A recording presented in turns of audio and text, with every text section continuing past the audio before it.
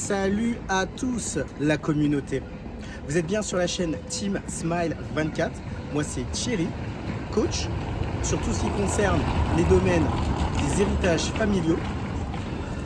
Aujourd'hui, je vais revenir sur un sujet qui me parle énormément. Juste pour préciser, là je suis dans le quartier des Abbesses.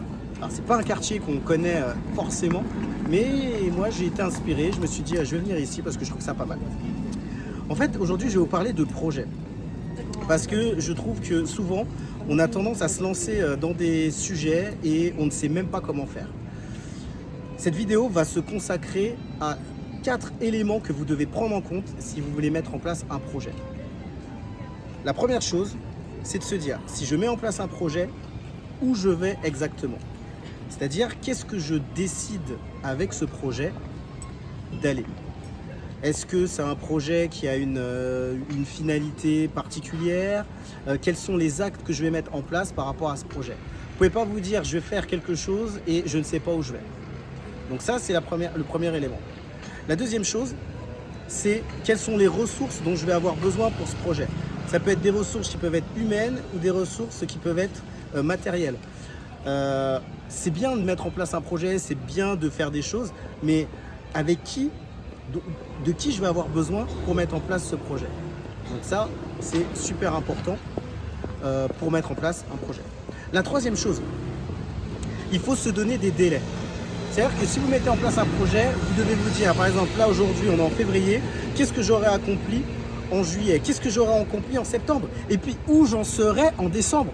Ouais, je sais, ma voix a un peu augmenté, mais je suis en train de réaliser que des fois, on met des projets en place, mais on ne connaît même pas la timeline de ce qu'on veut faire. C'est-à-dire dans le temps, qu'est-ce que j'ai déterminé, qu'est-ce que j'ai défini pour mettre en place ce projet.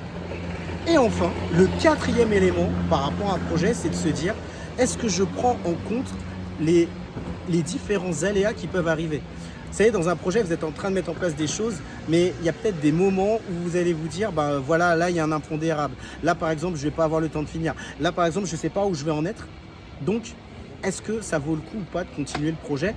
Ou qu'est-ce que j'ai mis en place derrière pour mettre en place ce projet pour qu'il puisse aboutir à la fin?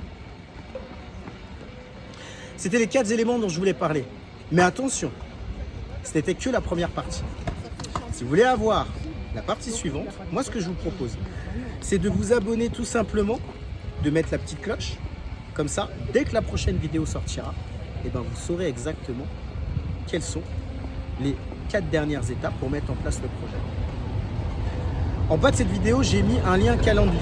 C'est-à-dire que vous pouvez me joindre directement pour prendre un appel avec moi. On peut discuter ensemble de tous les sujets que j'ai évoqués dans les différentes vidéos de ma chaîne. Et je serai ravi de pouvoir échanger avec vous. Comme d'habitude, on se retrouve demain pour le challenge. Une vidéo par jour tout au long du mois de février sur Team Smile 24. À bientôt.